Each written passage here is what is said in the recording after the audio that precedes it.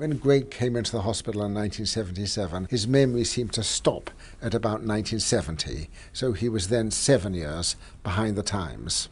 And of course, when another 14 years passed, by the time we'd got to 91, he was 21 years behind the times. Although his ardent love for the Grateful Dead continued, and he was always playing their records, singing their songs. In 91, although not exactly a Deadhead myself, I met Mickey Hart, who was one of the great drummers with the Grateful Dead. I met him because we both gave testimony to Congress about the power of music, the therapeutic power of music. He invited me to come along to a Grateful Dead concert. Now, I had never been to such a thing in my life. I'm a Bach and Mozart man, but hell, why not?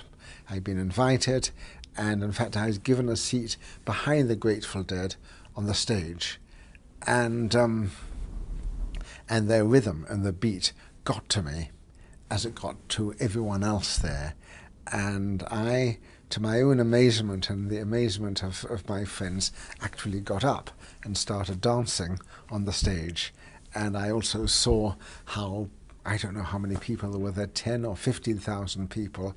Everyone was moving with the music. And so I was completely transported. So then I thought, we have to get Greg to a Grateful Dead concert. This was on, I think, something like September the 14th of 91, and having felt the effect even on my own sort of classical self, I was doubly determined to see the effect on Greg. And on September the 17th, 1991, we took Greg to a Grateful Dead concert at Madison Square Garden. He accompanied them with a huge voice and with enormous enthusiasm, and one would not have thought for a moment that there was anything wrong with him then.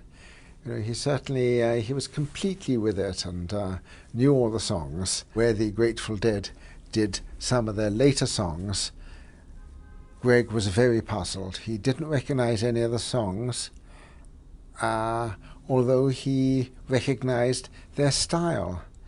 And he said in a mystified way, this is like the stuff the Grateful Dead might write someday. It's like the music of the future.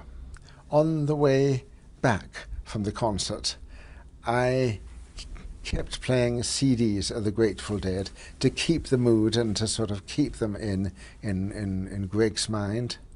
And at the end, when I said goodbye to him, he said it'd been a wonderful evening. He'd never forget it.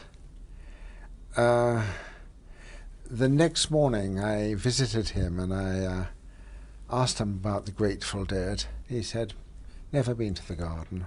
After this, and seeing his tremendous reaction at the concert, we used Grateful Dead songs above all to elicit memories and emotions associated with the songs, memories and emotions to which he otherwise had no access.